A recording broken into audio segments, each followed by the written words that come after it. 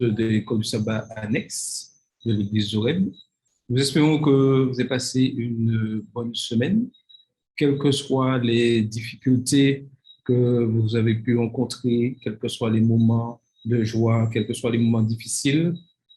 Sachez que l'Éternel a veillé sur chacun de vous et que c'est un plaisir d'être ensemble pour saluer, commencer ce sabbat en étudiant la parole de Dieu. N'oublions jamais, l'étude de la parole de Dieu, c'est notre source de vie. C'est ce qui nous permet de tenir ferme dans ces moments difficiles que nous traversons avec la COVID-19. Et nous devons tenir ferme et ne jamais lâcher la main de Dieu et toujours puiser dans ses paroles. Et continuons régulièrement à étudier cette parole, à être en contact les uns avec les autres et que le Seigneur continue à nous bénir chaque jour de notre vie. Donc, pour continuer notre programme avec Carole, nous allons chanter au numéro 164 de notre hymne louange, le 164, jour de repos.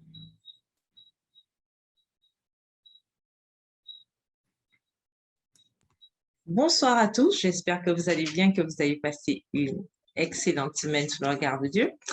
Même si on a eu des soucis, mais nous sommes là et nous remercions Dieu pour cela.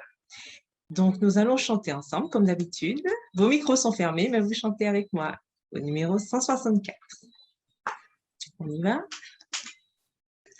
Jour de repos et de bonheur consacré par le Créateur, bien comme une douceur osait rafraîchir mon âme, lassée que j'aime ton retour, heureux jour.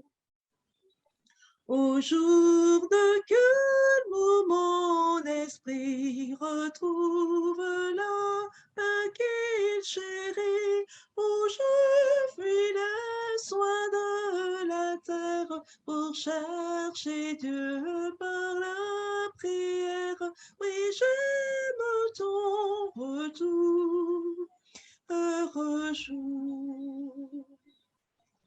Au jour de joie où devant Dieu, rassemblés en un même lieu, des saints vont monter leur hommage à l'éternel rocher des âges, qu'il aime ton retour, heureux jour.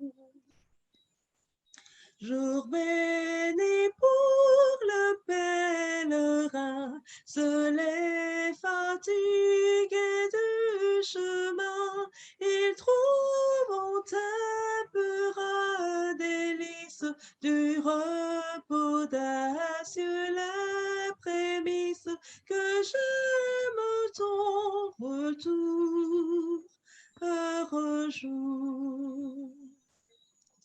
Dans les demeures, ô Jésus, que ta main prépare aux élus, ce jour choisi sera sans cesse un jour de suprême allégresse pour nous dans ton séjour. Quel beau jour! Merci à tous. À tout à l'heure. Merci à Carole. Donc, je vais vous inviter à incliner la tête alors que je ferai une prière pour commencer notre programme en ce soir. Seigneur Dieu, nous réclamons ta bénédiction, ta protection en ce soir. Tu nous as protégés au cours de cette semaine et tu nous permets d'être là pour participer à ce programme. Nous voulons penser à toutes les familles qui en ce moment traversent des moments difficiles, soit à cause de la maladie, soit à cause du deuil. Puisses-tu apporter ce baume de soulagement? Puisses-tu que chacun mutuellement nous puissions toujours les consoler, nous réconforter les uns les autres dans ces moments difficiles et surtout s'accrocher à ta parole, Seigneur. alors que nous allons participer à ce programme. Permets que tout ce qui soit dit soit fait pour ta gloire et que toutes les instructions que nous allons recevoir, toutes ces leçons que nous allons étudier, nous fassent du bien et que nous puissions pleinement nous ressourcer en ta parole. Merci pour tout ce que pour nous. T'avons prié ton Fils et pour ta gloire. Amen. Donc, nous allons passer maintenant à la deuxième partie de notre programme où nous continuons cette formation au niveau du manuel d'église. Donc, comme je l'ai toujours dit, le manuel d'église se base sur les principes bibliques. Et comme nous avons commencé la semaine dernière, nous avons étudié les membres d'église. Aujourd'hui, nous continuons par le baptême, l'instruction systématique et examen public avant le baptême, vœux de baptême et engagement. Ce sont des moments que tous les membres de l'Église adventiste ont vécu ce moment d'instruction, d'examen public et de baptême. Ce fut vraiment un jour de joie et je pense que ce jour reste toujours gravé dans vos mémoires. Alors, nous continuons toujours, comme je le disais, dans l'instruction, les membres d'église, le baptême. Une condition préalable à l'obtention de la qualité de membre d'église, le Sauveur a fait du baptême le signe de l'entrée dans son royaume spirituel. Il en a fait une condition positive à laquelle doivent se conformer tous ceux qui reconnaissent l'autorité du Père, du Fils et du Saint-Esprit. En reconnaissant l'autorité du Père, du Fils et du Saint-Esprit, nous passons par les eaux du baptême. Le baptême, c'est la renonciation solennelle au monde. Ceux qui sont baptisés au nom du Père, du Fils et du Saint-Esprit, dès leur entrée dans la vie chrétienne, déclarent publiquement qu'ils ont renoncé à suivre Satan et sont devenus membres de la famille royale, enfants du roi des cieux. Ils ont obéi au commandement du Seigneur. Sortez du milieu d'eux et séparez-vous. Ne touchez pas à ce qui est impur et la promesse leur est faite.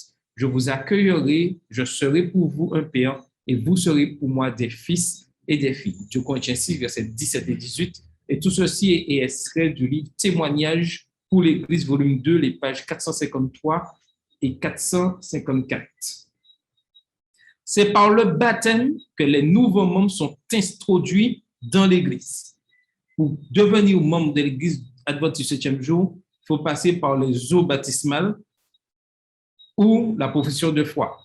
Il s'agit, dans son essence, d'un serment d'adhésion à l'alliance salvatrice de Jésus-Christ, qui doit être traité comme un accueil solennel et pourtant joyeux au sein de la famille du Seigneur. Et c'est toujours avec un plaisir, avec joie, et c'est une grande fête lorsque des âmes se donnent à Christ et passent par les eaux du baptême, car elles ont renoncé à leur vie de péché pour entrer dans une vie de sanctification et de service au service pour Dieu et de service au sein de la communauté. On ne peut devenir membre d'église que dans les églises figurant de la fraternité d'église reconnue par une fédération. Pour être membre d'église, on fait partie d'une église qui est reconnue par la fédération. Et ainsi, on devient membre adventiste de l'église adventiste du 7e jour à ce moment-là. Le mode de baptême. L'église croit au baptême par immersion et n'accepte comme membres que ceux qui ont été baptisés de cette façon. Et ça fait partie des croyances fondamentales numéro 15. Toute personne qui reconnaît son état de perdition, qui se repent sincèrement de ses péchés et passe par la conversion, peut être acceptée après une instruction appropriée comme candidate au baptême ou au statut de membre d'église. Donc, il y a un examen, il y a une instruction de ces personnes. Ces personnes sont visitées afin de pouvoir savoir si elles sont prêtes pour recevoir le baptême et si elles ont bien compris les instructions des membres d'église. Donc, que ce soit individuellement ou dans le cadre d'une classe de préparation baptême, donc la formation peut se faire de manière individuelle ou il y a une classe baptismale, on appelle ça une classe baptismale. C'est une classe où on instruit les personnes qui sont intéressées à devenir membres de l'Église adventiste du 7e jour. Elles sont instruites sur les principes de l'Église elles sont instruites sur les croyances de l'Église pour recevoir cette instruction qui se base uniquement et spécifiquement sur la parole de Dieu, sur l'Écriture, et qui porte aussi sur les croyances et pratiques fondamentales de l'Église. Et aussi, dans cette formation, on parle de responsabilité en tant que membre. On explique qu'est-ce que c'est un membre d'Église, en quoi ça fonctionne. Les candidats et un pasteur. Donc, cette personne peut être sur classe baptismale, mais obligatoirement, un pasteur ou les anciens doivent montrer et instruire cette personne et déclarent que cette personne est apte au baptême après l'instruction. Donc, l'instructeur, le pasteur s'engage par les entretiens qu'il y a eu avec cette personne, que cette personne est prête à accepter le baptême, accepte les doctrines de l'Église et les principes de l'Église, et cette personne est prête à être baptisée. Si l'examen public soulève trop de difficultés pratiques, le comité d'Église se chargera d'interroger les candidats, à moins que ce soit fait par une commission nommée par le comité. Le Conseil des anciens, par exemple, dont le rapport sera remis à l'Église avant le baptême. Donc, normalement, c'est comme ceci, ces choses doivent se passer. Mais c'est vrai qu'aujourd'hui, les choses sont un peu plus... on rencontre moins les personnes, donc on fait beaucoup plus confiance aux pasteurs, aux instructeurs ou au comité d'église qui a instruit et qui déclare devant l'église que cette personne est instruite et prête au baptême. Mais quelle que soit l'instruction qui est donnée, il y a un passage obligatoire qui est fait devant l'église. Obligatoirement, le candidat doit reconnaître publiquement et des questions spécifiques à ce moment-là lui sont posées. Et nous a dit là que l'examen des candidats au baptême ne sert généralement pas le sujet d'assez près. Il faut que les candidats aient conscience de la différence qu'il y a entre prendre tout simplement le nom adventiste du 7e jour et prendre position pour le Seigneur, c'est-à-dire sortir du monde et s'en séparer et ne toucher à rien d'impur. Une enquête relative à l'expérience chrétienne de chaque candidat devrait avoir lieu avant la cérémonie baptismale. Que cette enquête soit faite non d'une manière froide et distante, mais avec bonté, avec tendresse, même en dirigeant les regards des nouveaux convertis sur l'agneau de Dieu qui ôte le péché du monde. Que les exigences de l'Évangile concernant le baptême soient connues de tous les candidats. Et ceci est extrait du livre Témoignage de l'Église, volume 2, 458. Donc, il est important, l'instruction des candidats, c'est quelque chose de très important, parce que ça va être la base même, la solidité et je dirais de la durée, puisque c'est jusqu'à sa mort, normalement, la durée de vie de la personne, l'individu va s'accrocher à la parole de Dieu. Elle doit s'accrocher à la parole jusqu'à son dernier souffle. Et pour qu'elle puisse vraiment s'accrocher, il faut que dès le départ, qu'il y ait des bases solides lors de l'instruction. C'est pour ça qu'il est important que chaque candidat puisse être bien instruit, bien formé et connaisse les tenants et aboutissants du fait de devenir membre de l'Église adventiste. Et j'ajouterai même cette partie, comme il est dit un peu plus haut, que cette personne prenne position pour le Seigneur. Donc, prendre position pour le Seigneur demande des responsabilités auxquelles chaque individu, avant son baptême, doit être au courant. Les candidats au baptême et les personnes accueillies dans la communauté sous profession de foi affirmeront leur acceptation des croyances fondamentales en présence de la communauté locale ou de notre organisme approprié. Donc, exemple, la profession de foi, c'est des personnes qui ne peuvent pas passer par les eaux du baptême pour X raisons physiques. Donc, ces personnes vont avoir un examen, vont avoir une prière spéciale, ils ont une imposition des mains et sur le plus souvent, si ces personnes ne peuvent pas se déplacer, donc c'est à son domicile que cette profession de foi sera effectuée. Donc, c'est les anciens avec le pasteur qui iront sur place pour faire cette profession de foi. Mais quelle que soit profession de foi ou baptême par les eaux, il y a des questions auxquelles tous les candidats, des questions qu'on va les poser, et les candidats devront répondre par l'affirmative.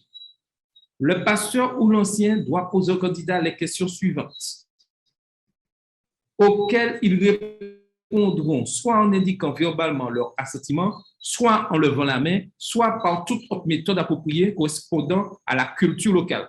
Tout ceci pour dire que le candidat répondra oui aux questions posées. Et ces questions se trouvent au nombre de 13 questions auxquelles tout adventiste du 7e jour, normalement, doit connaître ces questions, car ça fait partie de la base spirituelle de chaque membre de l'Église adventiste du 7e jour. Donc, voyons déjà les 3 premières questions. Croyez-vous en un seul Dieu, le Père, le Fils et le Saint-Esprit, une unité de 3 personnes également éternelles?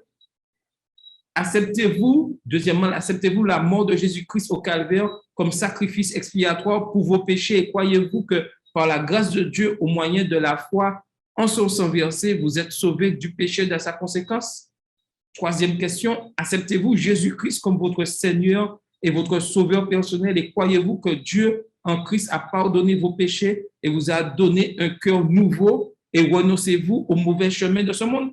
Déjà, nous voyons déjà là par ces 3 questions. Pour répondre par l'affirmatif, il faut déjà, avant d'arriver au baptême, qu'il y ait une instruction, c'est-à-dire qu'on sache qui est Dieu, que Dieu est le Père, le Fils et cet Esprit.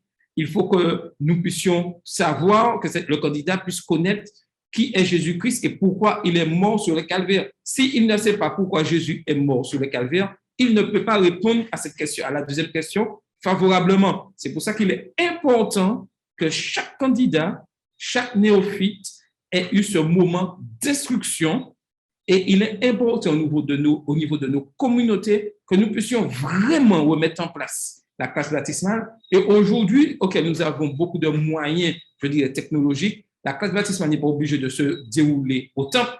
Elle peut se dérouler par tous les moyens sociaux que nous avons, WhatsApp, Zoom. Et il est important que nous puissions retourner à la source, à la base, que nos membres, que les néophytes soient vraiment formés, connaissent vraiment la parole de Dieu dans ce domaine. Donc, la classe baptismale est quelque chose de vraiment important. Continuons sur les questions. Voyons les 3 autres questions. 4e question. Acceptez-vous par la foi la justice du Christ, votre intercesseur dans le sanctuaire céleste, et croyez-vous en sa promesse de vous donner la grâce qui transforme et la capacité de vivre une vie aimante, centrée sur le Christ, en privé comme en public? Nos vies doivent être vraiment centrées sur le Christ, comme en privé, comme le public. Ça veut dire, quel que soit l'endroit où nous sommes, je suis à l'image du Christ. Ma vie doit être centrée, ma vie est centrée sur le Christ. 5e, croyez-vous que la Bible est la parole inspirée de Dieu, l'unique règle de foi et de conduite du chrétien? Vous engagez-vous à passer du temps régulièrement à prier et à étudier la Bible? Le candidat répond oui. Nous avons répondu oui à cette question lors de notre baptême. Et il est important, l'étude de la parole de Dieu, quelque chose de très important. Et nous avons la chance, en tant qu'Église du 7e jour, d'avoir un questionnaire à l'école du sabbat qui nous donne cette force, cette énergie chaque jour de puiser dans la parole de Dieu, un élément pour pouvoir consolider notre foi. Nous avons ces livres de méditation adultes, jeunes, enfants, femmes, tous ces livres cela pour renforcer nos foi. Donc, lorsque je m'engage en tant qu'adventiste du 7e jour, j'étudie régulièrement la parole de Dieu, je prie régulièrement. 6e question, reconnaissez-vous dans les 10 commandements une expression du caractère divin et une révélation de sa volonté? Avez-vous l'intention par la puissance du Christ qui demeure en vous de garder cette loi, y compris le 4e commandement qui requiert l'observance du 7e jour de la semaine comme le sabbat du Seigneur et le mémorial de la création? Donc, pour que le candidat puisse répondre oui, et j'insiste, je reviens encore sur ça, répondre oui à la question du sabbat, il faut qu'il ait connu qu'est-ce que le sabbat, connu en instruction et connu aussi en pratique. Il faut qu'il ait vécu cette expérience du sabbat, comment on entre dans le sabbat, comment on clôture le sabbat, comment on vit le sabbat. Et tout ceci lui est expliqué en classe baptismale. Et c'est une question capitale. Maintenant, voyons 2 autres questions, la 7 et la 8.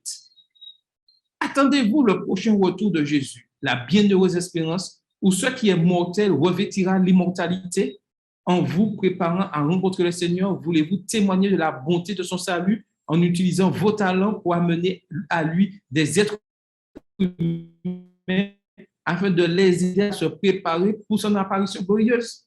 Et là, c'est la mission de tout le monde de l'Église adventiste. Aucun membre de l'Église adventiste du 7e jour ne peut rester assis là dans l'Église et ne rien faire. Son but est d'amener une autre personne que par son témoignage, que par son influence, quels que soient les moyens. Nous devons influencer notre environnement. Nous devons apporter un bon témoignage. Et c'est lorsque nous répondons oui à cette question-là, nous nous engageons à apporter cet évangile à d'autres personnes, à apporter cette joie, ce bonheur à d'autres personnes. 8e question. Acceptez-vous l'enseignement biblique des dons spirituels et croyez-vous que le don de prophétie est l'une des marques distinctives de l'Église du reste? Donc, il est important de connaître qu'est-ce que le don de prophétie exactement pour pouvoir savoir. Et tout ceci passe par l'instruction des baptêmes. Donc, s'il y a des questions, n'hésitez pas à mettre, vous levez la main, il n'y a pas de souci. Je peux m'arrêter et on peut répondre aux questions, il n'y a pas de problème pour ça. Donc, continue. Nous voyons 3 autres questions, les 9, 10, 11. La 9e, croyez-vous à la nécessité d'une église organisée? Avez-vous l'intention de rendre un culte à Dieu et de soutenir l'église par vos dîmes et vos offrandes, ainsi que par vos efforts et votre influence personnelle? Et ça, c'est une question de capital. Est-ce que je mets mon temps, mon énergie, mon argent afin que l'église puisse grandir de jour en jour? 10e question, croyez-vous que votre corps est le temple du Saint-Esprit? Honorerez-vous Dieu en prenant soin, évitant l'usage de ce qui est néfaste et vous abstenant de toute nourriture impure, de l'usage de la fabrication ou la vente de boissons alcoolisées, de l'usage de la fabrication ou la vente de tabac sous toutes ces formes destinées à la consommation humaine et du mauvais usage ou du trafic de narcotiques ou d'autres drogues? 11e question, connaissez-vous et comprenez-vous les principes bibliques fondamentaux tels qu'ils sont enseignés par l'Église adventiste du 7e jour? Avez-vous l'intention, par la grâce de Dieu, d'accomplir sa volonté en mettant votre vie en harmonie avec ses principes? Et toutes ces questions sont vraiment importantes afin que chaque membre, lorsqu'on devient membre de l'Église adventiste du 7e jour, on ne devient pas comme ça. Donc, il y a une question, Madeleine a levé la main. Donc, Madeleine, tu peux prendre la parole. Oui, bonsoir à tous. Je voudrais intervenir concernant la 9e question qui m'a toujours interpellée lorsque des jeunes qui ne travaillent pas se font baptiser. Surtout la partie où on dit de soutenir l'Église par vos dîmes et vos offrandes. D'accord? Je me dis que ces enfants-là ne sont pas trop petits pour qu'on puisse leur expliquer ce que c'est que la dîme et qu'eux aussi puissent mettre la dîme. Ils reçoivent de l'argent de poche, ils sont peut-être pour certains boursiers. Je pense que les parents doivent déjà leur dire, avec l'argent qu'ils ont, l'argent du mois, que ces enfants-là puissent déjà apprendre à mettre là. Parce qu'ils répondent oui, mais est-ce que réellement ils ont compris qu'ils ont une part à faire? Ça m'a toujours interpellé.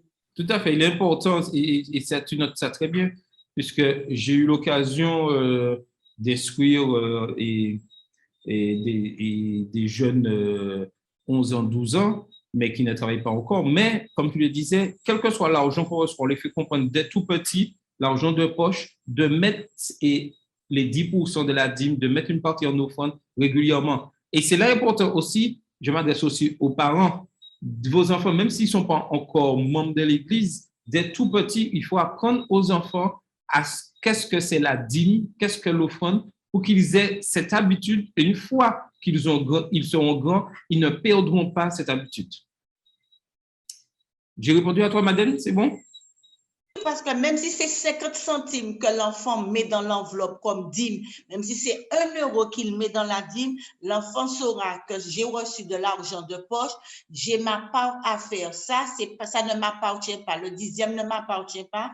Je vais mettre une offrande et puis le reste, je ferai ce que je voudrais. Le reste m'appartient. Mais il faut qu'on apprenne que l'enfant, parce que j'ai l'impression que tu sais, comme si ça fait une routine de répondre aux questions. Je te dis comme mon point de vue, hein. Tu sais, je réponds oui et puis j'ai fini. Et j'ajouterai même, hein, pour ceux qui sont en chômage, ceux qui reçoivent des allocations, tout ça fait partie des revenus et on devrait verser et la dîme et les offrandes dessus. C'est pas là. Donc, tout revenu à peine.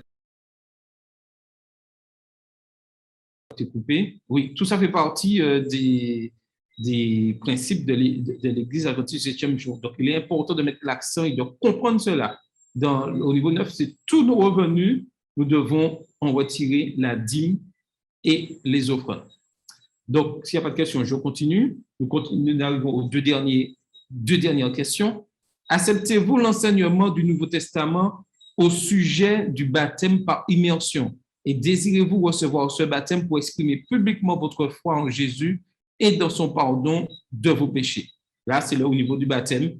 On accepte, on répond oui et on est presque prêt. Il reste une dernière question. Acceptez-vous et croyez-vous que l'Église adventiste du 7e jour est l'Église du reste de la prophétie biblique où sont invités et acceptés des personnes de toute nationalité, de toute race et de toute langue? Désirez-vous devenir membre de cette communauté locale de l'Église mondiale? Et là, le candidat, nous qui sommes membres de l'Église adventiste du 7e jour, nous avons répondu oui à cette question et nous étions prêts, et le candidat est prêt à passer dans les eaux du baptême. Alors, aujourd'hui, c'est vrai que les 13 questions, vous avez vu, ça a duré un certain moment. Et aujourd'hui, au niveau de la conférence générale, on a réduit ces vœux-là. Donc, les 13 questions sont obligatoirement posées lors de l'instruction. Le pasteur ou les anciens s'assurent que le candidat a bien compris. Lors de la cérémonie, on peut faire les 13 questions, mais si le temps manque, et c'est vrai qu'il y a des fois, on se trouve sous la plage, que ce soit l'endroit où on n'a pas beaucoup de temps, donc on a réduit ceci pour une synthèse. Ça ne veut pas dire que lors de l'instruction, on ne pose que ces 3 questions. Ces 3 questions-là sont uniquement là pour le jour du baptême, c'est pour l'action publique. Mais les 13 questions doivent être obligatoirement posées et traitées avec les candidats. Obligatoirement. Donc, la synthèse de ces 13 questions a été répartie en 3 parties, en 3 questions. La première, acceptez-vous Jésus-Christ comme votre Seigneur et Sauveur personnel et désirez-vous vivre avec lui une relation salvatrice? Deuxième question, acceptez-vous les enseignements de la Bible tels qu'ils sont exprimés dans la déclaration des croyances fondamentales des adventistes du 7e jour et vous engagez-vous par la grâce de Dieu à vivre en harmonie avec ces enseignements? C'est-à-dire, avec cette question-là, cette question regroupe le fait que le candidat a bien connu, a bien traité les 28 croyances de l'Église adventiste. Troisième question, désirez-vous être baptisé pour témoigner publiquement de votre foi en Jésus-Christ, être accepté dans la communauté de l'Église adventiste du 7e jour et soutenir fidèlement l'Église et sa mission par l'influence que vous exercerez par vos dîmes, vos offrandes et par une vie de service. Et j'insiste sur cette partie à nouveau. Très bien, on parle de votre influence. C'est-à-dire, lorsque je m'engage dans l'Église adventiste, je ne peux pas rester, comme je disais, inactif. Je ne peux pas rester là à ne rien faire et dire « j'attends le retour du Seigneur ». Je dois influencer de manière positive l'Église dans laquelle j'appartiens, c'est-à-dire par mes dîmes, mes offrandes, mais moi j'insiste beaucoup plus par une vie de service. Parce que c'est là la clé aujourd'hui. Parce que je peux verser autant de dîmes, je peux verser autant d'offrandes, mais si je n'ai pas une vie de service dans l'Église, je suis presque comme, comment dire ça, comme un être mort dans l'Église. Il est important que chaque membre apporte son talent, apporte ses services dans la communauté. Et ça, c'est quelque chose de très important. Donc, une fois que ces questions sont posées, le candidat est prêt pour le baptême. À ce moment-là, l'Église a adopté pour en faire un acte d'alliance baptismale, c'est-à-dire l'alliance baptismale en ensemble de 3 documents. Les 28 croyances fondamentales, les vœux de baptême et le certificat de baptême. Donc, le candidat a fait les vœux, les croyances, il a connu les croyances et un certificat de baptême lui sera remis et son engagement sera là pour son baptême.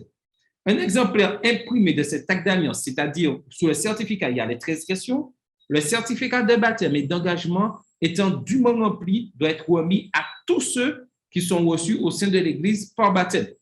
Un certificat approprié doit aussi être remis à ceux reçus par profession de foi. Donc, tout ceci pour vous dire que lorsqu'on est baptisé, on reçoit un certificat de baptême. J'espère que chaque adventiste du 7e jour qui nous suit ce soir a son certificat de baptême. Donc, c'est un élément très important. Mais en plus de ça, le candidat est aussi inscrit sur le registre de l'Église à ce moment-là. Le certificat de baptême et d'engagement doit être signé par les nouveaux membres d'Église pour affirmer leur engagement. Et ceci est très important. Et pour les enfants mineurs, l'enfant signe et au moins un des parents signe ce certificat. C'est au cours de la cérémonie, mais après le baptême proprement dit, que ce certificat de baptême et d'engagement doit être présenté au candidat à titre de document exprimant son alliance. Donc, il y a ce document qui exprime son engagement au sein de la communauté. Donc, est-ce qu'il y a des questions sur ce point-là, sur les sujets, ou quelqu'un voudrait ajouter quelque chose? Tout est clair? Je peux? Oui. Attends, qui voudrait parler? Madeleine, oui. Madeleine et puis après Carole. Excuse-moi. Oui, alors tu as parlé des 28 croyances. Il y a aussi cela, cette interrogation-là qui m'a interpellée, je ne sais pas si lors d'un des baptêmes. Est-ce que les candidats ont le livre, les 28 croyances? Parce que quand on pose des questions sur les croyances, si je n'ai pas lu le livre, je réponds oui, mais je ne sais même pas de quoi il s'agit. C'est une très bonne question. Normalement, dans l'instruction, on doit voir les 28 croyances.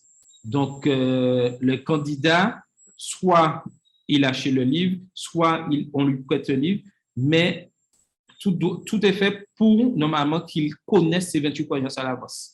Ça, c'est important. Pas qu'il connaisse par cœur, on ne connaît pas tout, mais qu'il ait eu connaissance de ces 28 croyances. Et c'est là l'importance de la classe de Bible.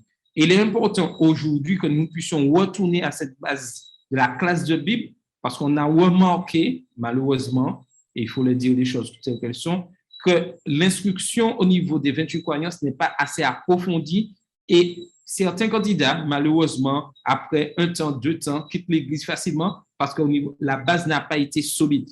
Donc, il est important que nous puissions retourner à ce que le manuel d'Église, à ce que Dieu nous dit dans sa parole. L'instruction est quelque chose de très important. Même si on n'a pas le temps de le faire des fois avant, mais il est important que le candidat soit instruit après. Et c'est ce que c'est la classe baptismale. Avant et après le baptême, il est important que les candidats suivent la classe baptismale, puissent se renforcer spirituellement afin d'être vraiment des chrétiens baptistes du 7e jour solides. Alors, oui, Carole voulait dire quelque chose? Oui, alors bonsoir à tous à nouveau. Je voulais juste préciser que, comme tu as dit, il est important de faire ce travail de préparation avant, mais par rapport à la profession de foi, alors j'aimerais savoir, enfin je pose la question, est-ce que la profession de foi concerne aussi ceux qui éventuellement se seraient fait baptiser ailleurs et qui ne voudraient pas passer par l'eau à nouveau?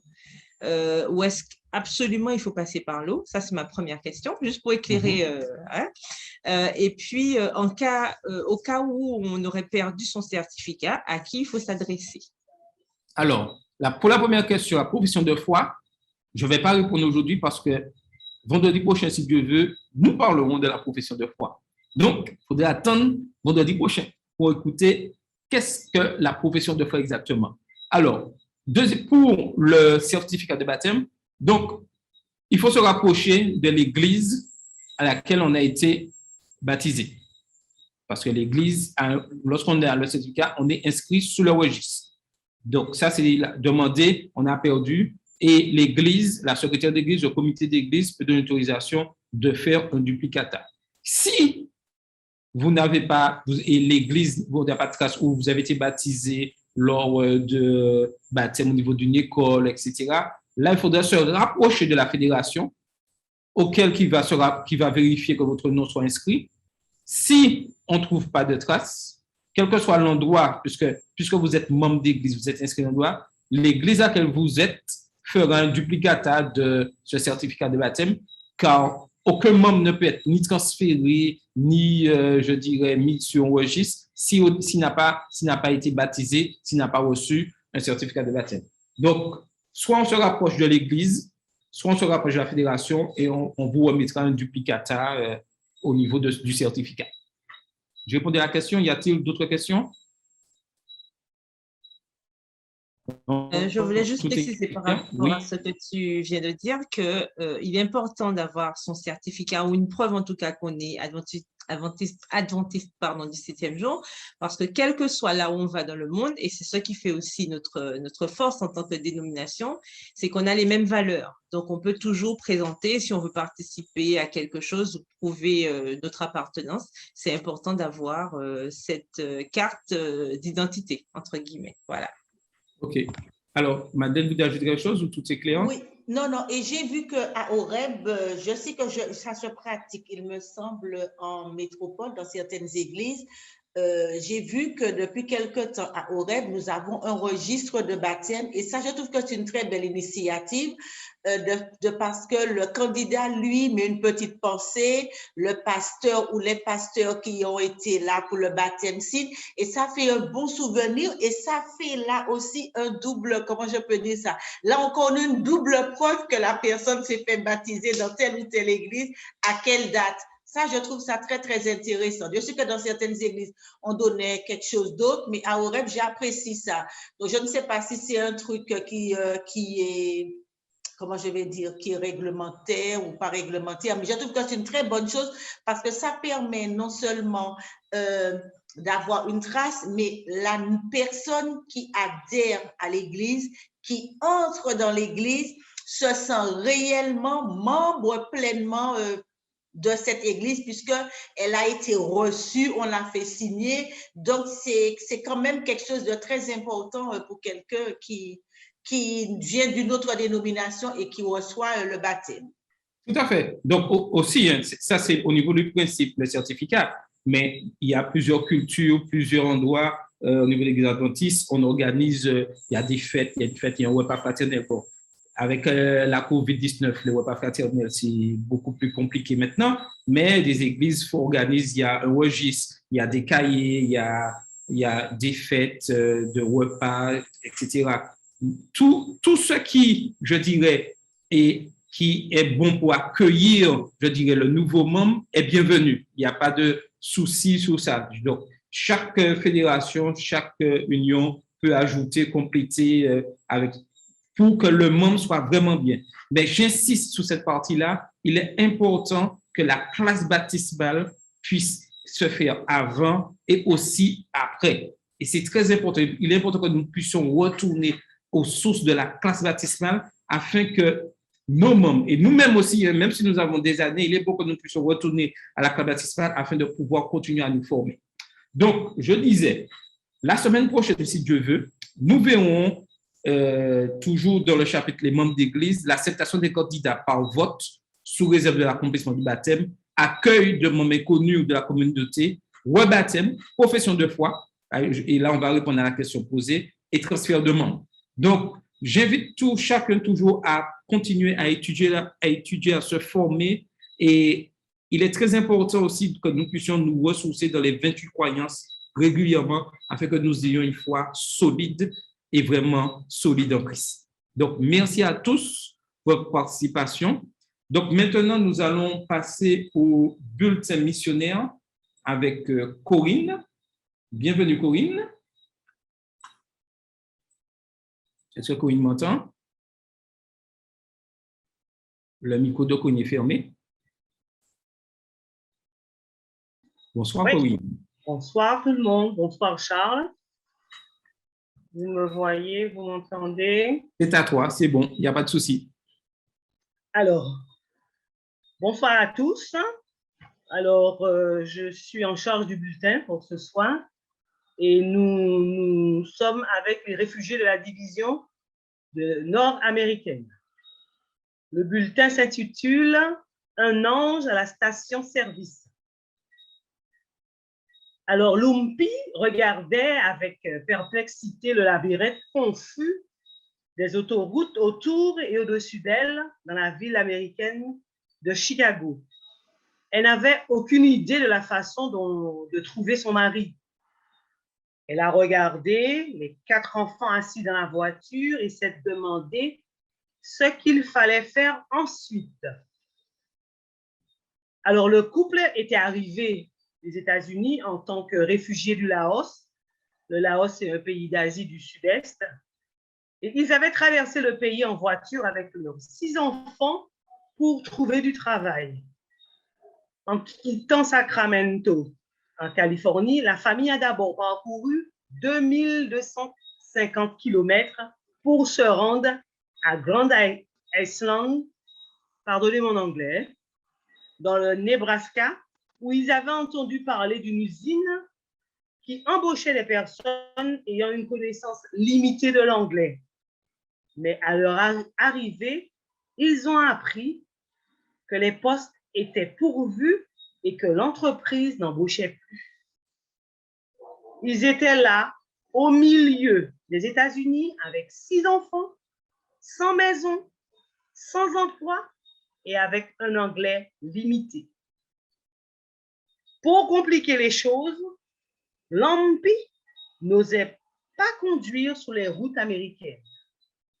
Elle venait de passer son permis et 2 amis de Californie avaient accepté d'accompagner la famille au Nebraska, l'un conduisant la voiture familiale et l'autre conduisant le camion de déménagement. Mais les amis ne pouvaient pas rester indéfiniment avec eux.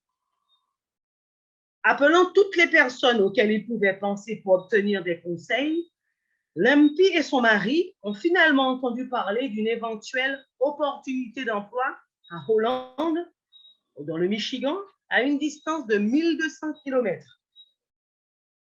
Lampi a décidé donc de braver les autorités américaines et de faire confiance à Dieu pour être avec elle. Donc, elle fait confiance à Dieu pour être avec elle et la famille s'est lancée dans le voyage de 12 heures vers le Michigan. Son mari, donc, a ouvert la voie, donc il était devant et elle suivait avec ses 4 enfants dans la voiture. Tout s'était bien passé jusqu'à Chicago. Lampi a essayé de suivre son mari de près, mais elle s'est retrouvée à un moment coincée dans un embouteillage et a perdu de vue le camion. Donc, perdue dans des désalles de route, incapable de décider de la direction à prendre, elle s'est arrêtée à une station-service. Ni elle, ni son mari n'avaient de téléphone portable. Elle n'avait aucun moyen de le contacter. Et elle ne savait pas comment trouver sa destination. Son seul espoir était Dieu. Elle était heureuse que des missionnaires aient visité leur camp de réfugiés en Thaïlande pour leur parler de Dieu. Ensemble, elle et les enfants ont prié Dieu avec ferveur pour obtenir de l'aide. Et en ouvrant les yeux, ils ont vu un homme d'apparence agréable s'approcher d'eux. Et cet homme de leur dire, « Laissez-moi deviner, cherchez-vous votre mari? » Voyez. « Oui, a-t-elle répondu avec surprise. Elle se demandait en silence, comment cet étranger connaît-il le nom de mon mari? L'homme de leur dire, montez dans votre voiture et suivez-moi. Je vais vous aider à le trouver. Obéissant, Lampi le suivit sur la route et à travers un labyrinthe d'autoroute de Chicago jusqu'à ce que, soudain, juste devant elle, elle aperçoive le camion de son mari. La gratitude s'est emparée d'elle et de ses enfants. Ils se sont retournés pour remercier le gentil étranger, mais il était parti. Sa voiture avait disparu avant même qu'ils aient pu lui dire au revoir. La famille est arrivée saine et sauve à Holland, dans le Michigan. Et Voy et Lampi ont trouvé du travail dans une compagnie locale de bateaux appartenant à une famille adventiste du 7e jour. Ils ont commencé à fréquenter l'église adventiste du 7e jour de Hollande Bientôt, ils ont invité de nouveaux amis laotiens à se joindre à eux et l'Église a donné au petit groupe une salle où ils pouvaient prier dans leur propre langue. Le groupe a donc grandi et possède aujourd'hui sa propre église, où Lampé présente joyeusement aux personnes le Dieu qui a envoyé un ange dans une station-service pour l'aider à trouver son chemin. Plusieurs congrégations laotiennes ont vu le jour dans la division nord-américaine suite à l'offrande du 13e sabbat de 2011. Avec l'offrande du 13e sabbat de ce trimestre, nous contribuerons à fournir des pasteurs et des ressources à des groupes comme celui de Lampé. Merci de prévoir une généreuse offrande de 13e sabbat. Je vous remercie de votre écoute. Merci Corinne pour ce magnifique récit. Donc, continuons à penser à la division nord-américaine et nous voyons que Dieu bénit toujours ses enfants, ceux qui lui sont fidèles, et sachons que Dieu veille sur chacun d'entre nous. Maintenant, nous allons passer à notre moment clé de notre école du sabbat annexe, la discussion, l'instruction au niveau de la leçon de l'école du sabbat. Et cette semaine, le titre de la leçon, et nous sommes déjà à la leçon 9 du 13e trimestre, le rite du repos. Donc, comme j'aimais à dire, nous sommes là pour participer, échanger, discuter. Donc, n'hésitez pas à pouvoir m'interrompre, vous levez la main, s'il y a quelque chose que vous ne comprenez pas, si vous voulez poser une question, ajouter quelque chose. Nous sommes là pour échanger ensemble. Donc, cette semaine, comme je disais, le titre de la leçon, c'est le rite du repos. Le point culminant de toute la création de Dieu est le sabbat biblique. Et nous l'avons vu au cours de cette semaine. Pendant les 3 premiers jours de la semaine de la création, Dieu créa la lumière, forma les cieux et la terre, et créa les eaux, la terre ferme et toutes sortes de plantes. Plusieurs plantes, toutes sortes de plantes. Le 4e jour, il fit le soleil, la lune et les étoiles. Les 2 jours suivants, Dieu remplit la terre de poissons, de volailles et d'êtres humains. Le 7e jour, Dieu consacra ou mis à part comme saint le sabbat, comme un jour où les êtres humains vénéreront Dieu pour les merveilles de la création, profiteront des relations affectueuses et entreront en communion avec le Créateur. Voilà le but de Dieu lorsqu'il crée ce jour de repos, lorsqu'il crée ce jour de sabbat, afin que chacun puisse profiter des relations affectueuses et entrer en communion avec le Créateur. Dans la leçon de cette semaine, les rites du repos, nous allons découvrir comment le sabbat fut uni autant comme un mémorial à notre Créateur pour son don de la vie, pour nous à la fois temporel et éternel. Cette leçon nous a révélé qu'au fil des siècles, le sabbat était un rappel au peuple de Dieu, lui rappelant constamment son Créateur. Et ça, c'est quelque chose de très important.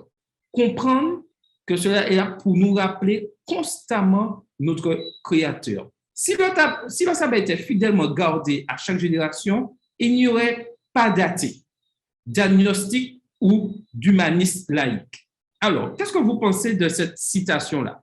Si le sabbat était fidèlement gardé à chaque génération, aujourd'hui, il n'y aurait pas eu d'athée, d'agnostique ou d'humaniste laïque. Qu'en pensez-vous? Donc, vous avez la parole. Qui voudrait commencer?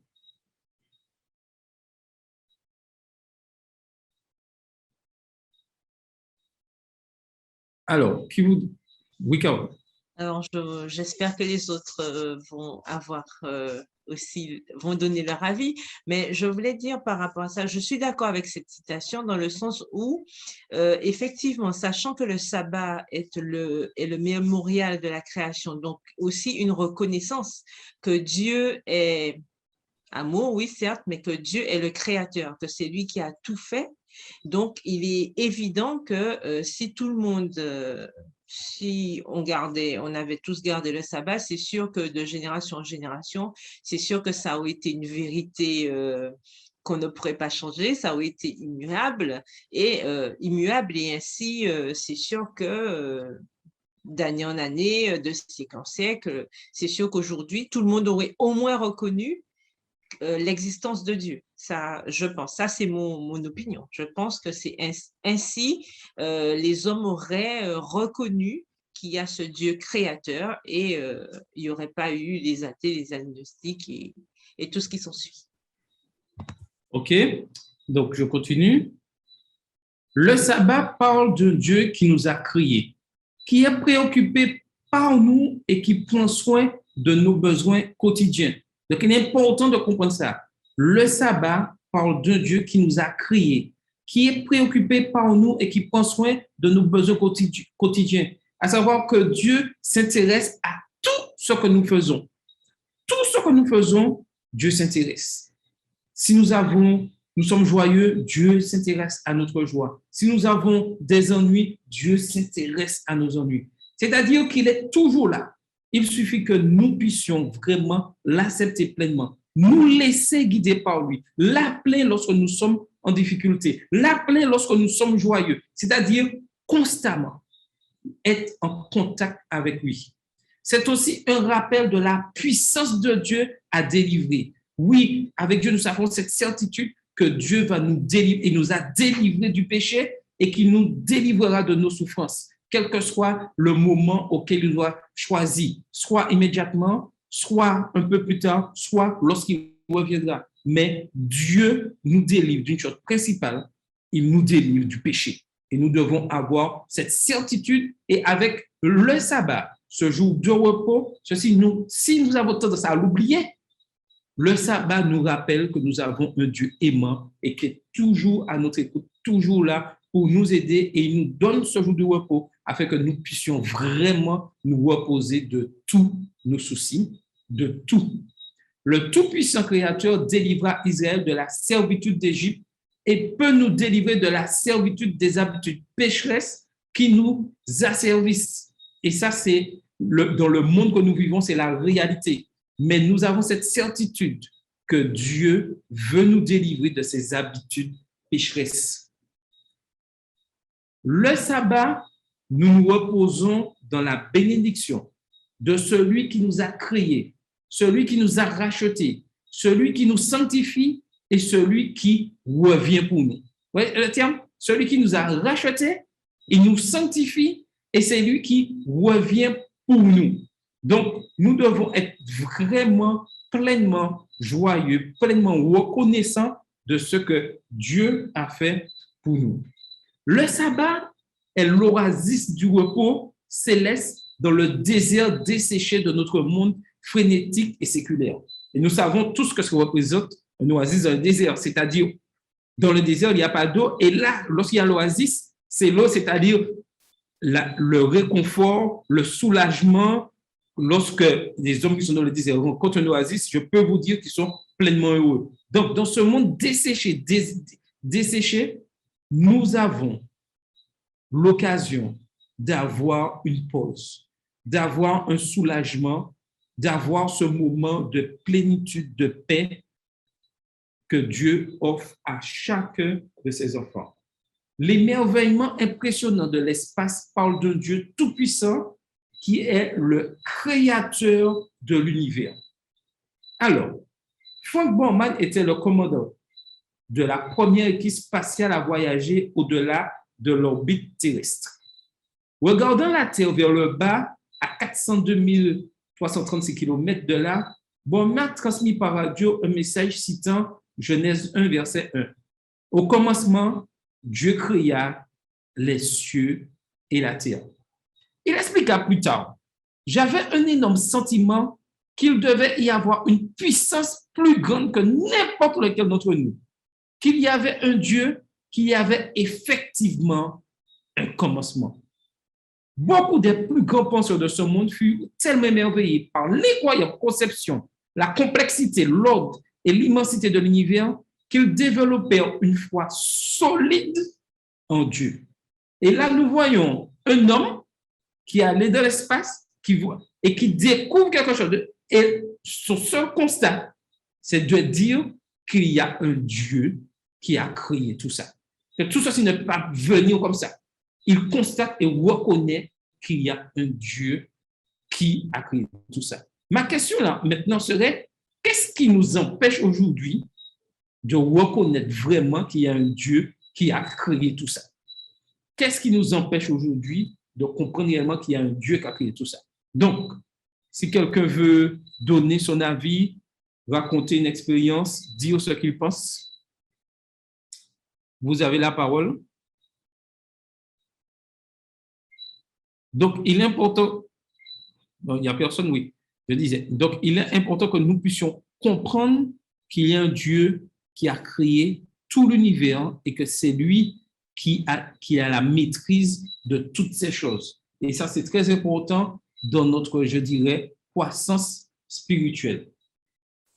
Oui, Carole. Oui, je voulais dire que, enfin, par rapport à la question que tu viens de poser, il ne faut surtout pas oublier qu'on a toujours à jongler entre le bien et le mal. Sachant que au tout début, Satan est venu mettre un petit peu son grain de sel dans tout ça. Je pense qu'en quelque part, c'est ce qui empêche à tout le monde de reconnaître cette toute-puissance de Dieu et le fait qu'il soit le maître de l'univers. Parce que lui, il est venu usurper l'identité de Dieu, à faire croire que c'est lui qui a créé les choses, etc. Et on se rend bien compte que dans cette usurpation, il a réussi quand même à tromper beaucoup de monde. Et c'est pour ça qu'aujourd'hui, il y a certainement, comme on a vu tout à l'heure, des athées, donc des gens qui ne croient pas que Dieu existe, les agnostiques qui ne croient ni que Dieu existe, ni qu'il n'existe pas, donc ils ne croient en rien. Et on a aussi ceux qui croient en eux-mêmes, c'est-à-dire qu'en l'homme est responsable de tout et l'homme peut tout faire. Et donc, à cause de cela, il est évident que de plus en plus, les hommes se sont éloignés de cette base qui est Dieu, par rapport au fait qu'on a fait croire que l'homme pouvait par lui-même se débrouiller, par lui-même arriver à faire des choses.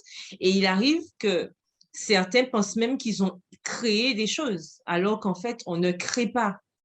C'est Dieu qui crée tout et nous, on ne fait que réutiliser, on transforme des choses, mais on ne crée pas. Et même lors d'une naissance, l'homme procrée.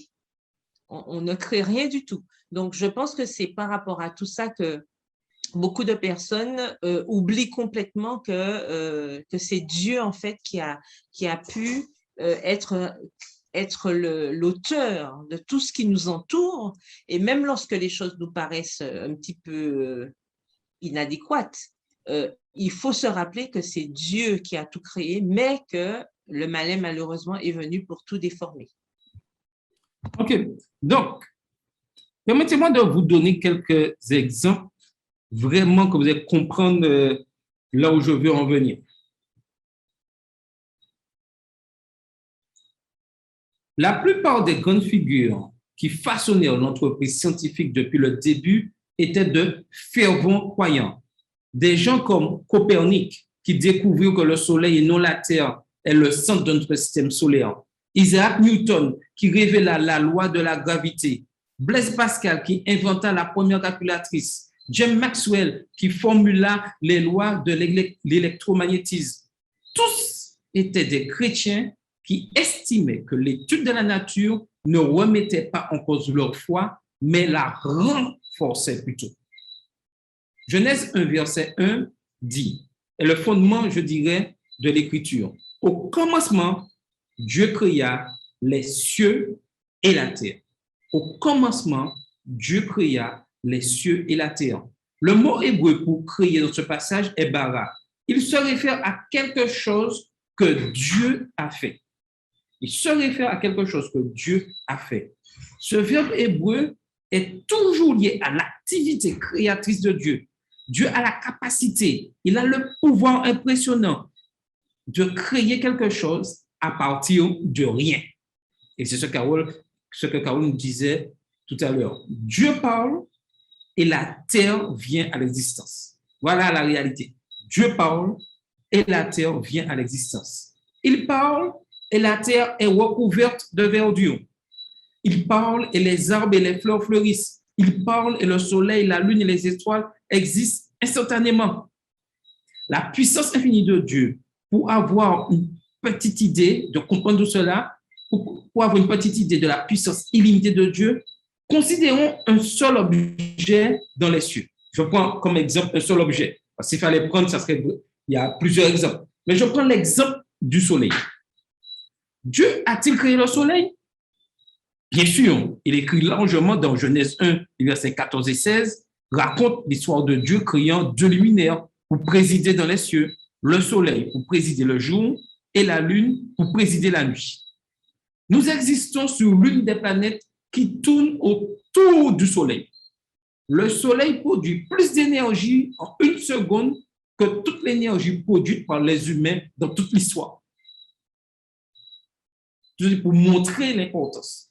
Rassembler toute l'énergie électrique et toute l'énergie produite par l'énergie solaire ou le carbone ou le gaz depuis le début des temps, et le soleil produira plus en une seconde. En une seconde, le soleil produira plus que toutes ces énergies mises ensemble. Le soleil a un diamètre d'environ 1 384 039 km et pourrait contenir 1 million de planètes de la taille de la Terre. Imaginez, 1 million de planètes de la taille de la Terre pourraient se rapprocher de la grandeur du soleil. Mais le soleil n'est que l'une des 100 milliards d'astres de notre galaxie, la Voie lactée. Ce n'est qu'un exemple. Un astre appelé étoile du pistolet dégage 10 millions de fois la puissance générée par notre soleil. 1 million d'astres de la taille de notre soleil peuvent facilement s'insérer dans la sphère de l'étoile du pistolet. Et tout ça, c'est pour ceux qui ont et connaissent la science, pour montrer vraiment cette grandeur des choses. Certains scientifiques estiment qu'il y a 10 milliards d'astres dans l'univers. La Terre est vraiment tout petite de tout ça. Quelqu'un dit que c'est à peu près comparable au grain de sable sur le bord de la mer. Alors là, qui d'entre nous peut compter, va sur la plage, peut compter le nombre de grains de sable qu'il y a sur la plage, la plus petite plage qui existe à la Martinique? Personne ne pourrait compter. Le prophète Ésaïe nous invite à méditer sur la puissance créatrice de Dieu dans ses paroles. Levez vos yeux en haut et regardez. Et en ce soir, j'aimerais que chacun de ceux qui nous écoutent, chacun qui vont suivre plus tard, comprenne le sens de ceci. Levons nos yeux en haut et regardons. Et ceci est très important pour nous qui vivons dans ces derniers temps, dans ces moments difficiles, qui connaissons des difficultés.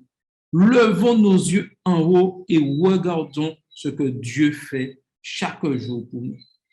Même si nous souffrons, même si nous vivons des moments difficiles, regardons, fixons toujours les yeux sur Dieu, car c'est là la source du réconfort que chaque être humain recherche. Car nous tous, sur cette terre, nous sommes confrontés à des difficultés.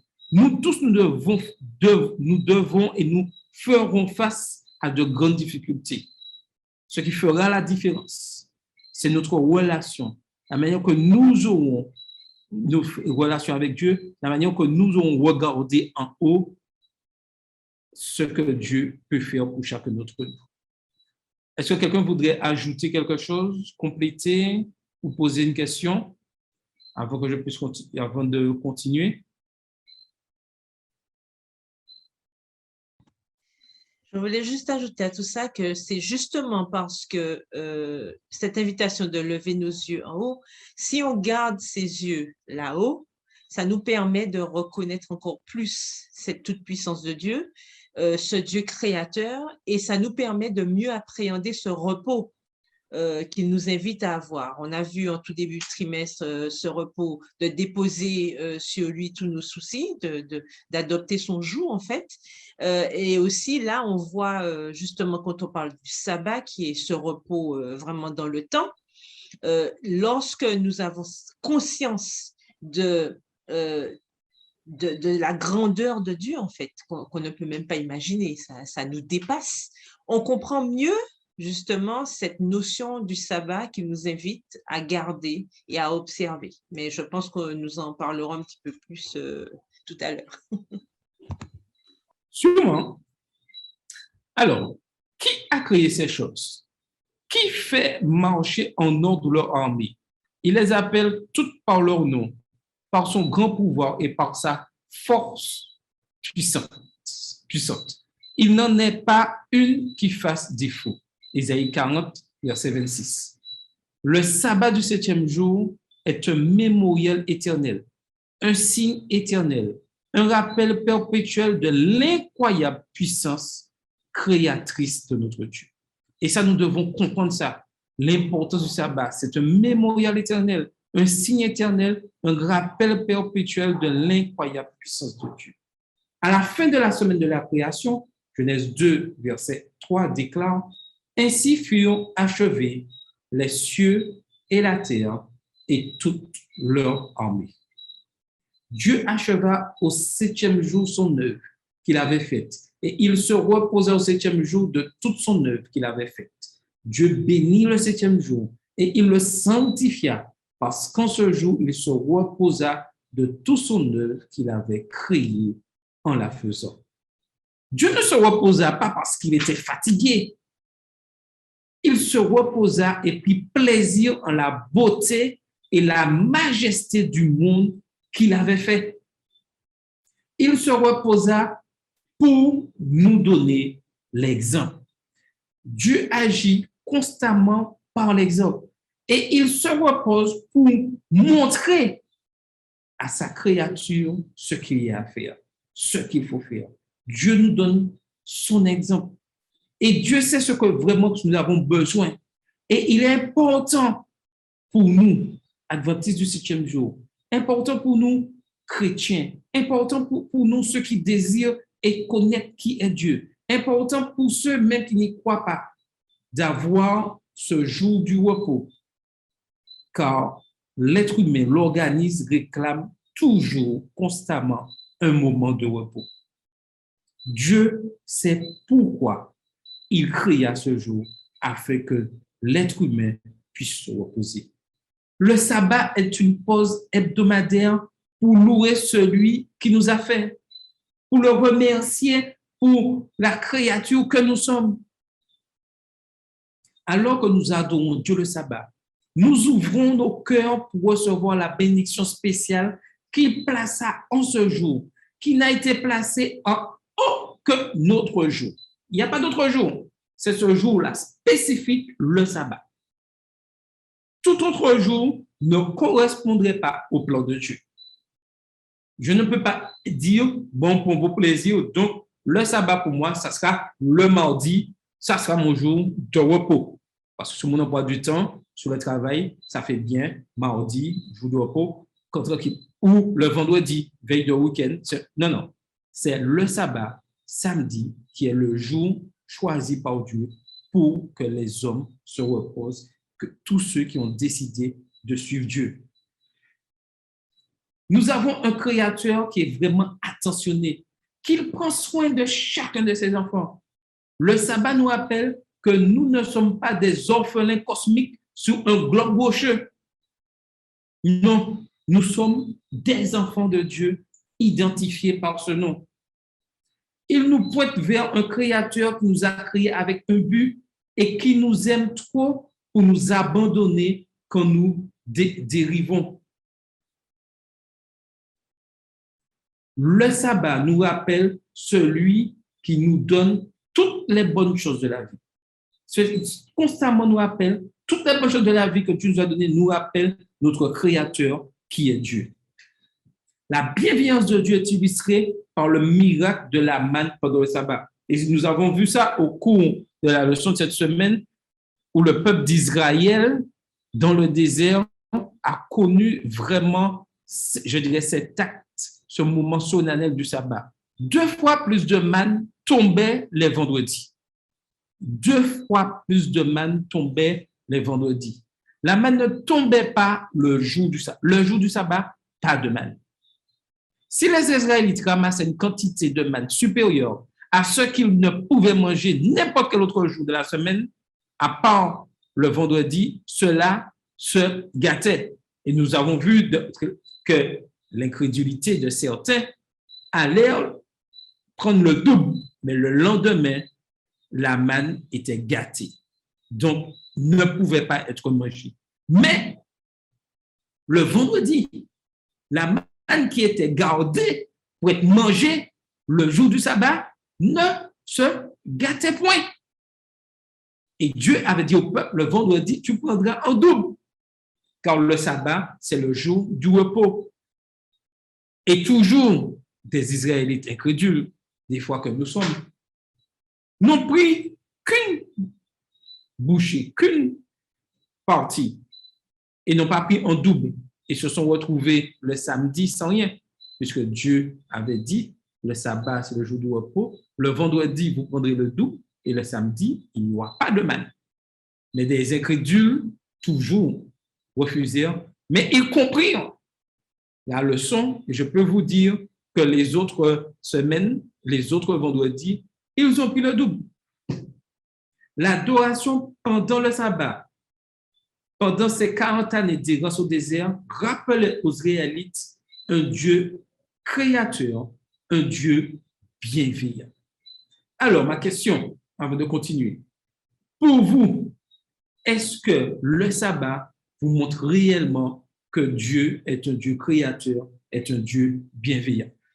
Donc, qui voudrait émettre son idée, poser une question sur ce point-là?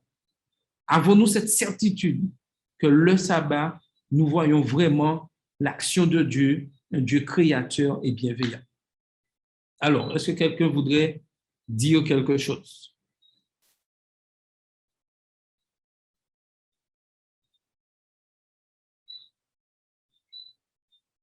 Donc, il est important de comprendre que Dieu souhaite que nous puissions avoir ce jour de repos. Il est important de noter soigneusement que les Israélites observent le sabbat avant le don de la loi au mont Sinaï. Avant le don de la loi au Sinaï, les Israélites observèrent le sabbat. Le commandement du sabbat se trouve dans Exode 20, versets 8 à 11, et commence par le mot « souviens-toi ». Souviens-toi. Il renvoie à un Dieu qui a créé le monde en 6 jours et se reposa au 7e jour. Souviens-toi du jour du repos. Si, comme certains le croient, Dieu avait mis ce monde en mouvement et il évolua au cours des millions d'années, il n'y aurait absolument pas besoin du sabbat et de rien à se rappeler, puisque le processus, c'est le processus d'1 million d'années. Donc, à quoi ça sert de se rappeler? Non. Dieu rappelle qu'il y a un jour de repos. Le sabbat est un symbole éternel de notre repos en lui. C'est un signe spécial de loyauté envers le Créateur. Ézéchiel 20, les versets 12 et 20. Au lieu d'être une exigence légaliste et arbitraire, le sabbat révèle que le vrai repos de la justice et des œuvres se trouve en Dieu. Le vrai repos de la justice et des œuvres se trouve uniquement en Dieu. Si nous voulons avoir un repos, avoir cette paix, ce n'est qu'en Dieu que nous pouvons la trouver. Ce n'est pas envers des hommes, ce n'est qu'en Dieu que nous pouvons retrouver cette paix. Le sabbat parle d'un Dieu qui réalisa pour que nous nous reposions dans ses réalisations. Le vrai repos du sabbat est le repos de grâce dans les bras d'amour de celui qui nous a créés, nous a rachetés et qui revient pour nous prendre. Le libérateur, il comprend le sens que Dieu, le libérateur, il y a un autre aspect important du commandement du sabbat, cette libération. Deutéronome 5 réaffirme le commandement du sabbat à une nouvelle génération sur le point d'entrer dans la terre promise. Et nous voyons que Dieu encore rappelle à son peuple. Qu'est-ce que le sabbat? Ce passage leur rappelle qu'ils étaient esclaves en Égypte et leur tout-puissant Créateur les a délivrés. Il est le seul qui peut nous délivrer de la servitude du péché. Et tout ça, c'est pour faire comprendre qu'il est important, et nous avons vu la semaine dernière, il est important que nous puissions nous libérer de la servitude du péché. Et lorsque nous sommes libérés de la servitude du péché, nous comprenons encore plus le sens du sabbat. Et nous sommes encore beaucoup plus en paix dans l'amour de Dieu. Et ça, c'est des éléments très importants pour nous aujourd'hui qui vivons dans les derniers temps.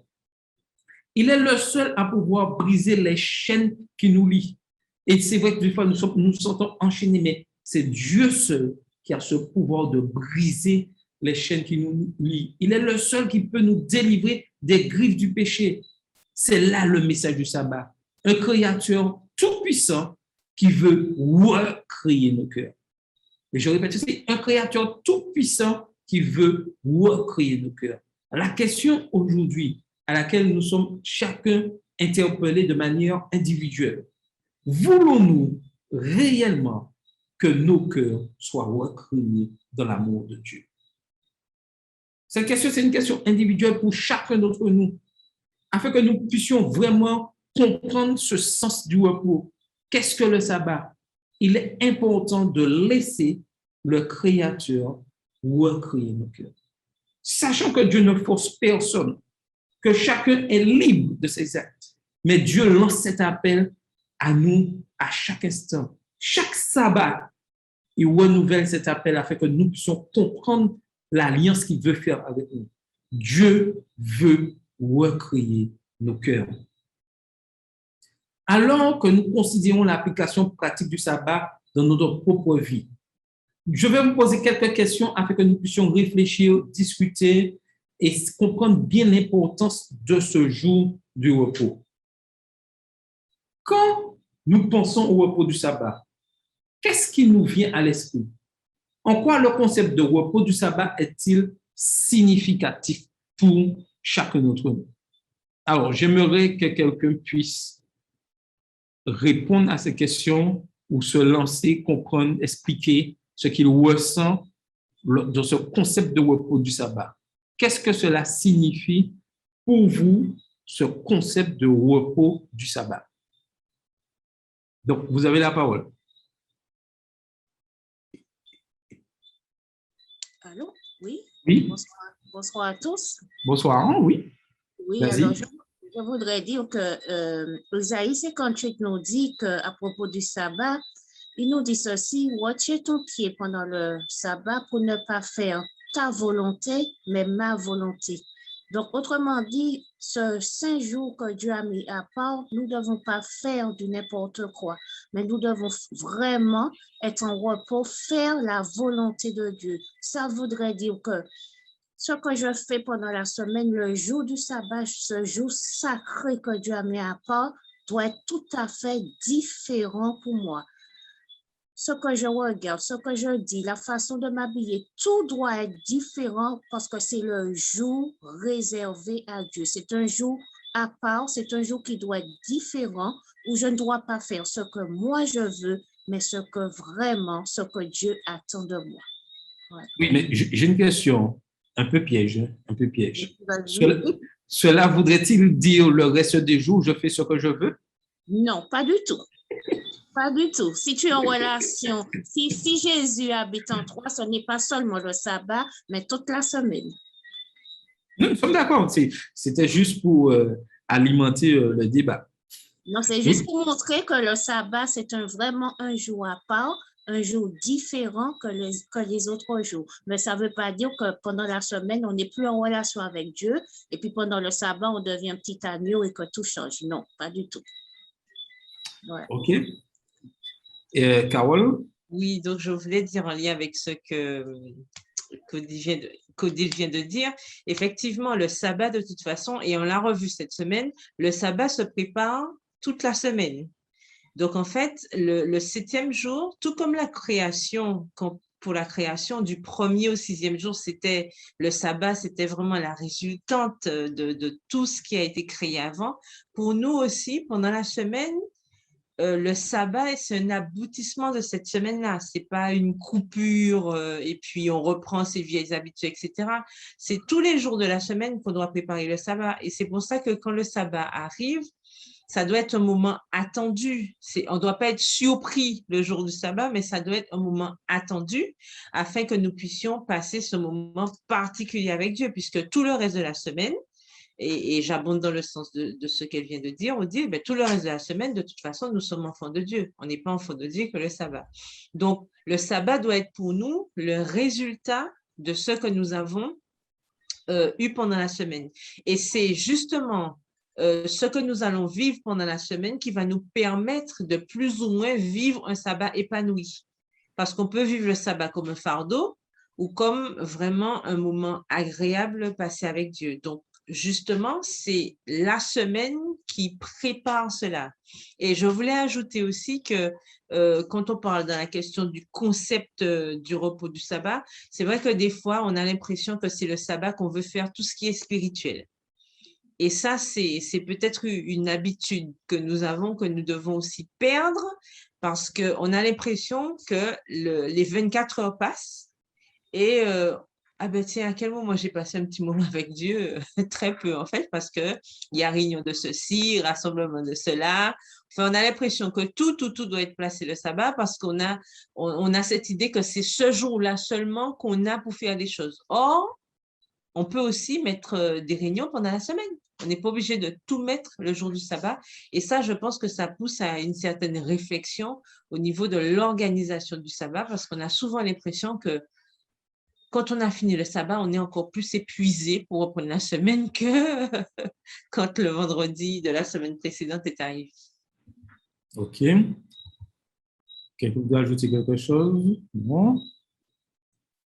Donc, une des questions que nous pouvons nous poser, pourquoi la vérité biblique sur la création est-elle importante dans notre vie? Quelle différence pratique le fait que nous soyons créés ou que nous ayons évolué au cours des millions d'années fait-il? Comment ma croyance en l'un ou l'autre de ces deux points de vue a-t-elle un impact sur ma vie aujourd'hui? Et là, je dirais qu'il est important que nous puissions vraiment recadrer ce que nous croyons vraiment. Parce qu'aujourd'hui, malheureusement, nous avons l'impression que nous, lorsqu'on se laisse, on se détache de Dieu, qu'on fait un mélange des deux. On aime bien le jour du repos, le sabbat, mais en même temps, nous aimons croire qu'il y a une évolution et que nous sommes là encore pour des millions d'années et encore des millions d'années à vivre comme ça sur cette terre. Donc, il est important que, et Odile disait tout à l'heure, que la manière dont je vis durant la semaine correspond à ce que je vis le sabbat. Et il est important que constamment, nous puissions rester en relation avec Dieu. Vraiment comprendre qu'il a créé toutes choses. Et comme je le disais au début de l'exposé, lorsqu'on voit la manière que Dieu a créé les choses, d'une manière bien spécifique, chaque jour quelque chose, et ça a amené au 7e jour, jour du repos. Dans ma façon de vivre, je dois vivre chaque jour de manière fidèlement, être fidèle à la parole de Dieu, mais tout ce que je fais chaque jour doit m'amener à ce jour de l'adoration de manière spirituelle pour comprendre qu'il y a un Dieu qui est au-dessus et qui contrôle toutes choses. Et j'ajouterais même dans la manière que nous abordons les difficultés de la vie, notre adoration nous permettra de faire face à ces difficultés. Et c'est ça, c'est très important. Ça ne veut pas dire que je ne vais pas souffrir, ça ne veut pas dire que je vais devenir un être humain insensible. Ce n'est pas ça.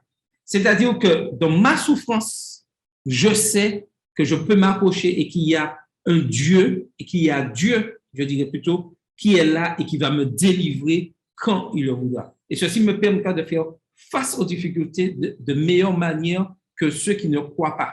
Et il est important que nous puissions avoir ceci.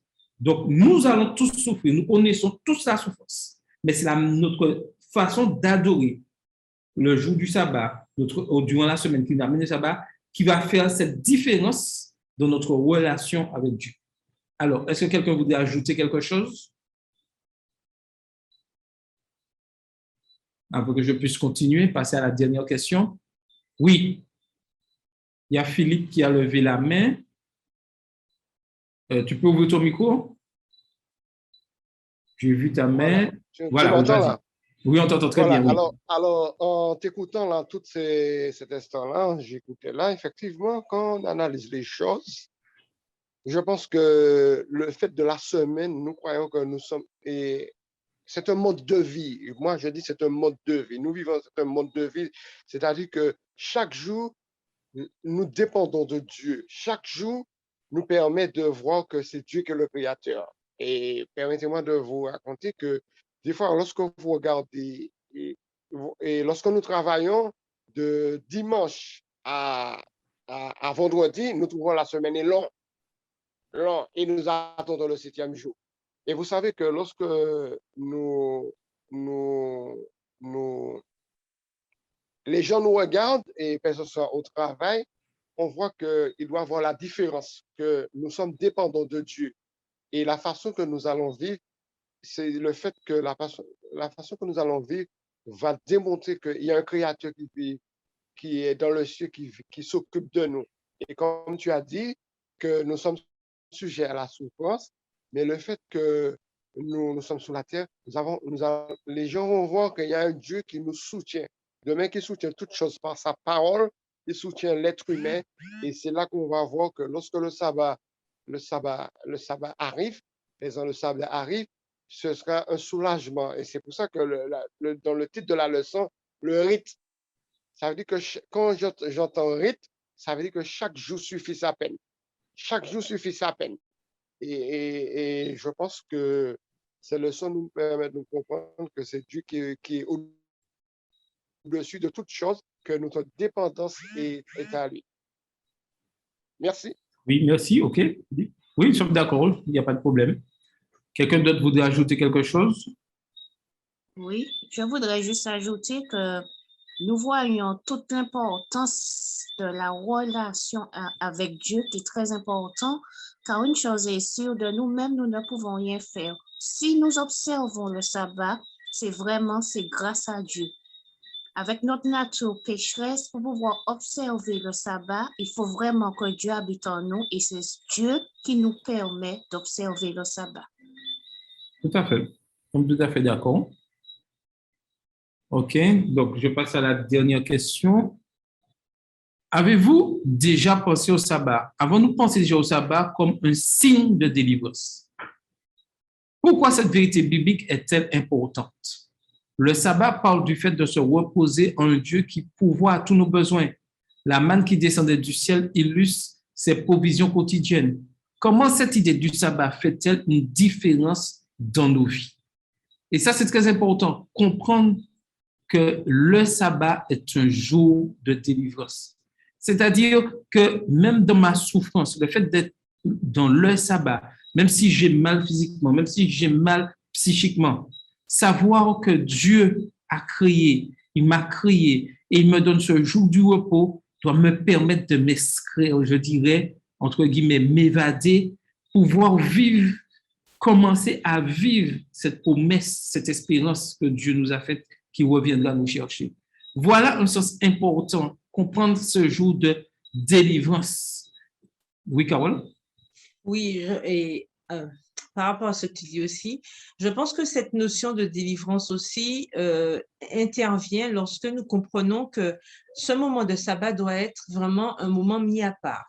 On a vu, on a eu ce rappel pendant la semaine où on nous précisait que Moïse avait rappelé au peuple la veille du sabbat, faites cuire tout ce que vous avez à cuire, faites bouillir ce que vous avez à bouillir, etc.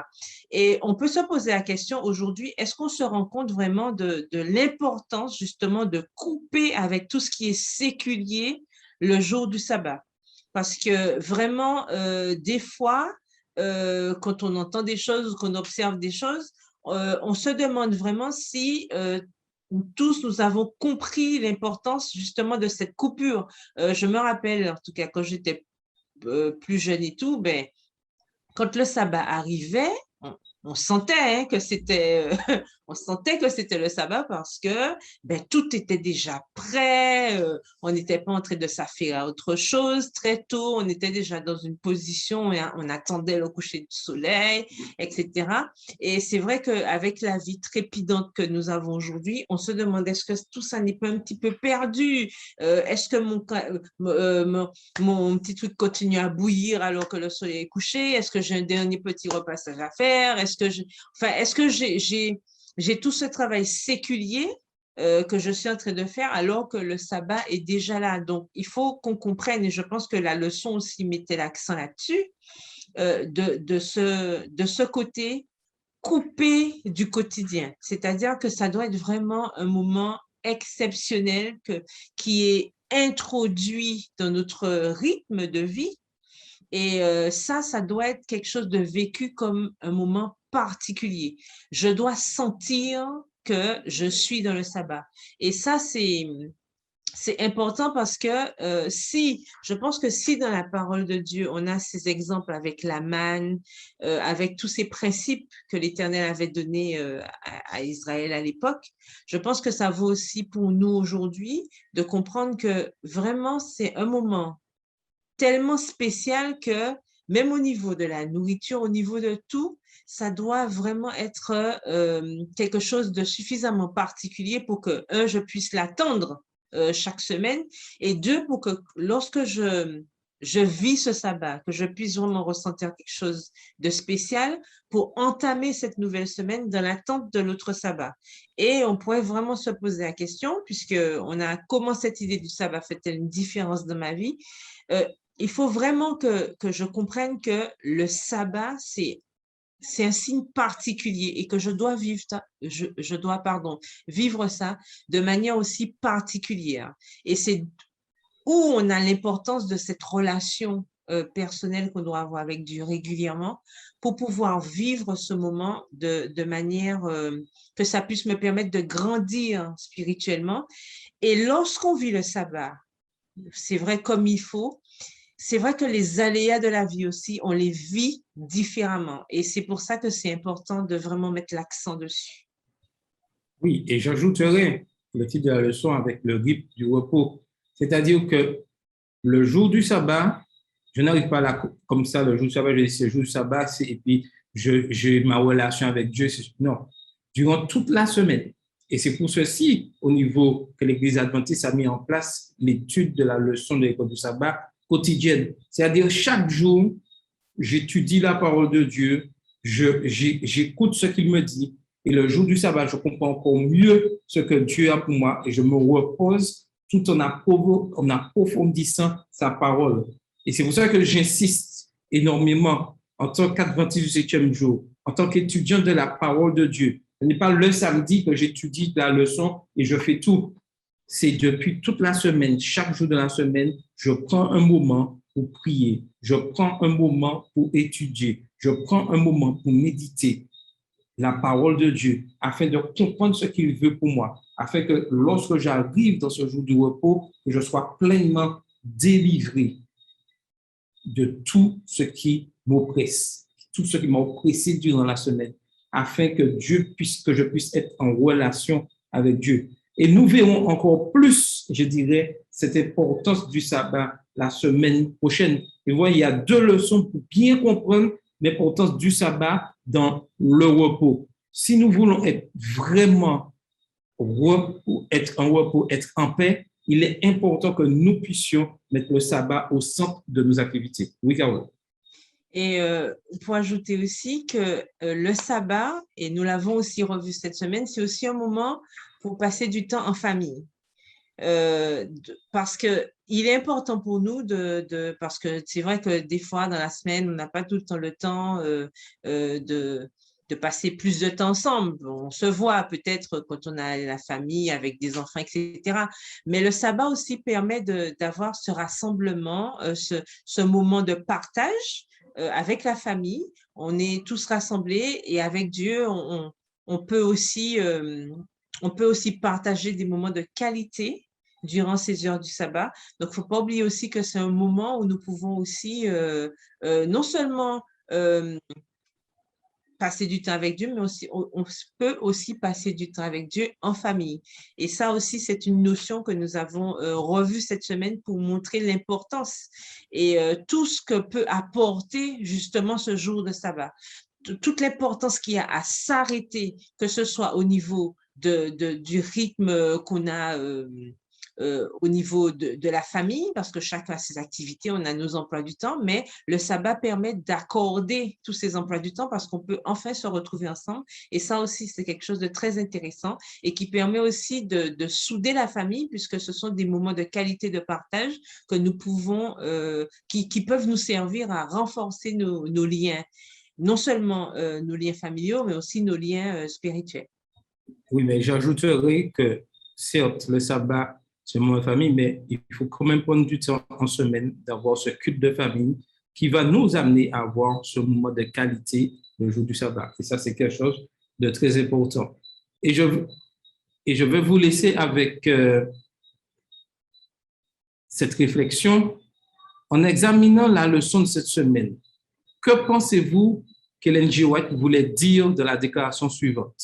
Et au commencement du temps de détresse, nous étions remplis du Saint-Esprit alors que nous partions ensemble proclamer la vérité du sabbat. Elle explique en outre que le commencement du temps de détresse est la période juste avant la fin du temps de probation, lorsque la probation était encore disponible. Pour faire comprendre que nous vivons sur des moments difficiles, et c'est dans ces moments difficiles que nous devons proclamer la vérité du sabbat. S'il y a un message que nous devons propager, proclamer aujourd'hui dans cette période de COVID-19, c'est cette vérité du sabbat, cette vérité qu'il y a un jour de repos et qu'il y a un Dieu qui s'est reposé le 7e jour et qui souhaite que toutes ces créatures se reposent. Méditons sur cela afin que nous puissions constamment proclamer dans tout ce que nous disons, dans tout ce que nous faisons, cette vérité du sabbat. Et je vais vous laisser avec ces questions de réflexion. Comment notre observation du repos du sabbat fait-elle connaître notre Dieu comme créateur ou libérateur? Par quelles paroles, par quels actes? Nos paroles et nos actes doivent annoncer qu'il y a un jour du repos. Et je vais demander à Carole de nous faire la dernière prière pour clôturer ce moment de réflexion. À moins que quelqu'un voudrait ajouter quelque chose avant la prière? Non? Mais Carole nous fera la dernière prière pour terminer notre programme ce soir. Inclinons la tête. Père éternel, nous voulons te dire merci pour ce moment d'échange que tu nous as donné. Merci car tu as permis que nous puissions à nouveau étudier, comprendre, éternel, que le sabbat est un point important que nous devons pratiquer dans notre vie afin de te faire plaisir, afin aussi de nous régénérer de manière hebdomadaire et surtout que cela nous permettra de renforcer nos liens avec toi. Fortifie-nous, garde tous ceux qui étaient sur la plateforme en ce soir et ceux qui auront l'opportunité d'entendre ce programme plus tard, que tu puisses nous garder durant les heures qui restent de ce moment spécial que nous avons à passer avec toi et que ce sabbat soit béni pour chacun de nous. Bénis toutes les familles que nous représentons. Merci encore pour ta paix, ta grâce et permets qu'au milieu de tout ce tumulte, Seigneur, qui nous entoure, que nous puissions rester fermement attachés à toi jusqu'à ton retour. Nous t'en prions et nous te prions aussi pour tous ceux qui sont malades, ceux qui ont besoin de toi, qui te recherchent, ceux qui sont en quête de paix, Seigneur, que tu puisses les garder et permettre qu'ils puissent aussi te trouver afin qu'ils puissent eux aussi faire cette expérience que nous vivons à travers le sabbat et toutes les expériences que nous vivons avec toi durant la semaine. Nous te remercions pour cela, non que nous soyons dignes, et garde-nous jusqu'à notre prochain rendez-vous. Au nom de Jésus, pour la gloire de ton Saint-Nom. Amen. Amen. Donc, la semaine prochaine, nous allons étudier, ce sera la leçon 10, le repos du sabbat. Donc, demain, si Dieu veut, je vous invite à suivre le programme YouTube sur Oreb 97.2. La prédication sera faite par le pasteur de l'église, pasteur Rosamond. Et juste pour vous rappeler, la semaine prochaine, nous aurons un programme, la Fédération organise un programme spécial sur la liberté religieuse. Tout le monde sur le pont, célébrons partout, tous ensemble, là où nous sommes, là où vous êtes, à la maison, en voiture ou en bus, nous serons invités à louer, à remercier. Donc, le sabbat 3 septembre, à partir de 18h15, il y aura un programme sur Espérance FM, sur Espérance TV et sur Espérance Média de la Fédération. Ce programme sera en direct. Ce programme sera en direct aussi sur OREB 97.2, vendredi de 18h12 à 19h. Et samedi matin, toutes les églises de la Martinique, tous les membres de l'église adventiste, toute adventiste de la Martinique et nos amis aussi, invitez-les. Nous aurons un programme unique de 8h30 à midi où nous aurons l'occasion de discuter sur YouTube, par Zoom. Vous aurez l'occasion, vous aurez des discussions de la semaine. Mais vendredi soir, samedi matin, programme spécial organisé par la Fédération de la Martinique. Et nous allons nous retrouver aussi pour notre école du sabbat vendredi prochain, si Dieu veut, à partir de 19h30, puisque le programme vendredi se terminera à 19h. Que le Seigneur vous bénisse et bon sabbat à tous.